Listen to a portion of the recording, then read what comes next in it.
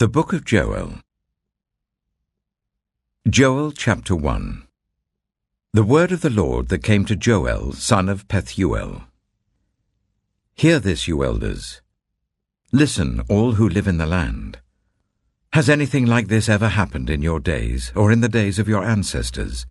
Tell it to your children, and let your children tell it to their children, and their children to the next generation.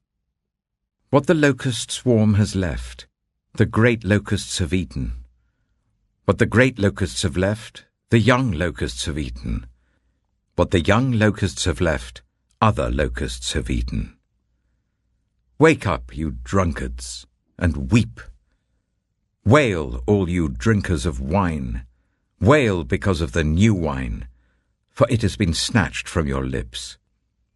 A nation has invaded my land, a mighty army without number. It has the teeth of a lion, the fangs of a lioness. It has laid waste my vines and ruined my fig trees. It has stripped off their bark and thrown it away, leaving their branches white.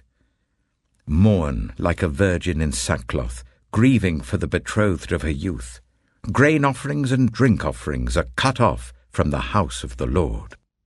The priests are in mourning, those who minister before the Lord.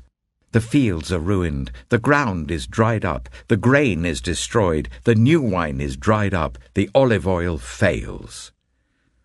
Despair, you farmers, wail, you vine growers, grieve for the wheat and the barley, because the harvest of the field is destroyed.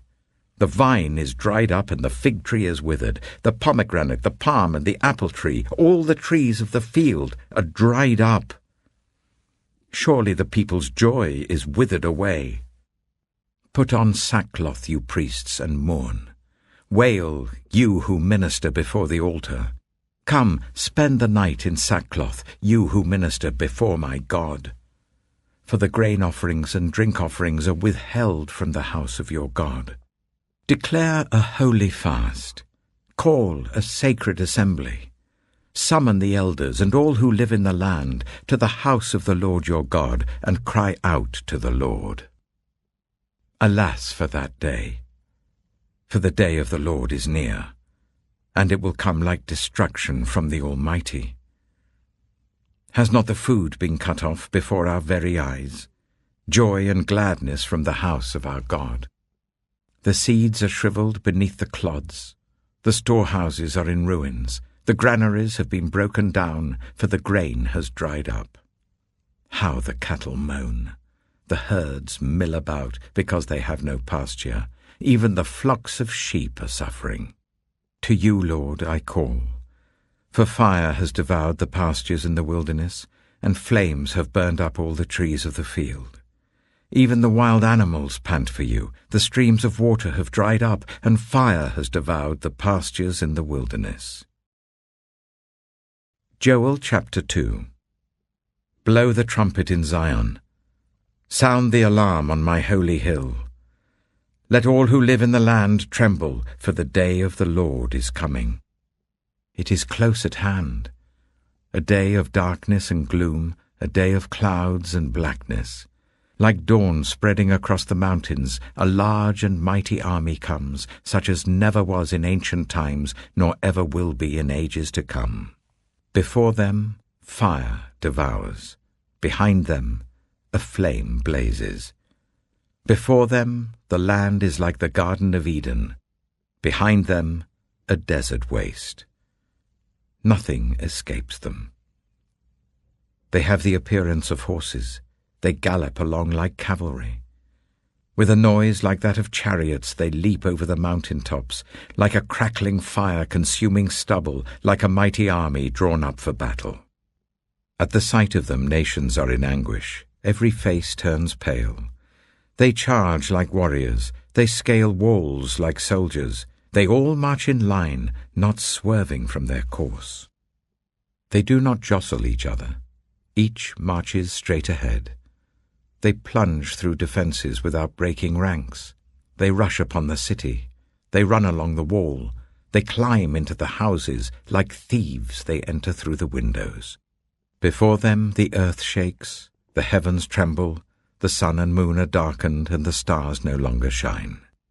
The Lord thunders at the head of his army. His forces are beyond number, and mighty is the army that obeys his command. The day of the Lord is great, it is dreadful. Who can endure it? Even now, declares the Lord, return to me with all your heart, with fasting and weeping and mourning. Rend your heart and not your garments. Return to the Lord your God, for he is gracious and compassionate, slow to anger and abounding in love, and he relents from sending calamity. Who knows? He may turn and relent and leave behind a blessing, grain offerings and drink offerings for the Lord your God. Blow the trumpet in Zion, declare a holy fast, call a sacred assembly. Gather the people, consecrate the assembly, bring together the elders, gather the children, those nursing at the breast. Let the bridegroom leave his room and the bride her chamber. Let the priests who minister before the Lord weep between the portico and the altar. Let them say, Spare your people, Lord. Do not make your inheritance an object of scorn, a byword among the nations. Why should they say among the peoples, Where is their God? Then the Lord was jealous for his land, and took pity on his people. The Lord replied to them, I am sending you grain, new wine and olive oil, enough to satisfy you fully. Never again will I make you an object of scorn to the nations. I will drive the northern horde far from you, pushing it into a parched and barren land. Its eastern ranks will drown in the Dead Sea, and its western ranks in the Mediterranean Sea, and its stench will go up, its smell will rise. Surely he has done great things. Do not be afraid, land of Judah, be glad and rejoice. Surely the Lord has done great things. Do not be afraid, you wild animals, for the pastures in the wilderness are becoming green, the trees are bearing their fruit, the fig tree and the vine yield their riches. Be glad, people of Zion, rejoice in the Lord your God, for he has given you the autumn rains because he is faithful. He sends you abundant showers, both autumn and spring rains as before. The threshing floors will be filled with grain, the vats will overflow with new wine and oil.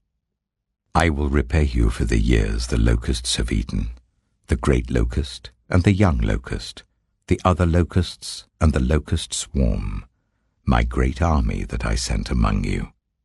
You will have plenty to eat until you are full, and you will praise the name of the Lord your God, who has worked wonders for you. Never again will my people be shamed. Then you will know that I am in Israel, that I am the Lord your God, and that there is no other. Never again will my people be shamed. And afterwards I will pour out my spirit on all people. Your sons and daughters will prophesy, your old men will dream dreams, your young men will see visions. Even on my servants, both men and women, I will pour out my spirit in those days. I will show wonders in the heavens and on the earth, blood and fire and billows of smoke.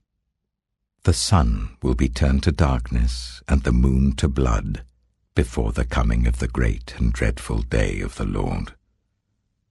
And everyone who calls on the name of the Lord will be saved. For on Mount Zion and in Jerusalem there will be deliverance, as the Lord has said, even among the survivors whom the Lord calls. Joel chapter 3. In those days, and at that time, when I restore the fortunes of Judah and Jerusalem, I will gather all nations and bring them down to the valley of Jehoshaphat. There I will put them on trial for what they did to my inheritance, my people Israel, because they scattered my people among the nations and divided up my land. They cast lots for my people and traded boys for prostitutes. They sold girls for wine to drink. Now, what have you against me, Tyre and Sidon, and all you regions of Philistia? Are you repaying me for something I have done? If you are paying me back, I will swiftly and speedily return on your own heads what you have done. For you took my silver and my gold and carried off my finest treasures to your temples.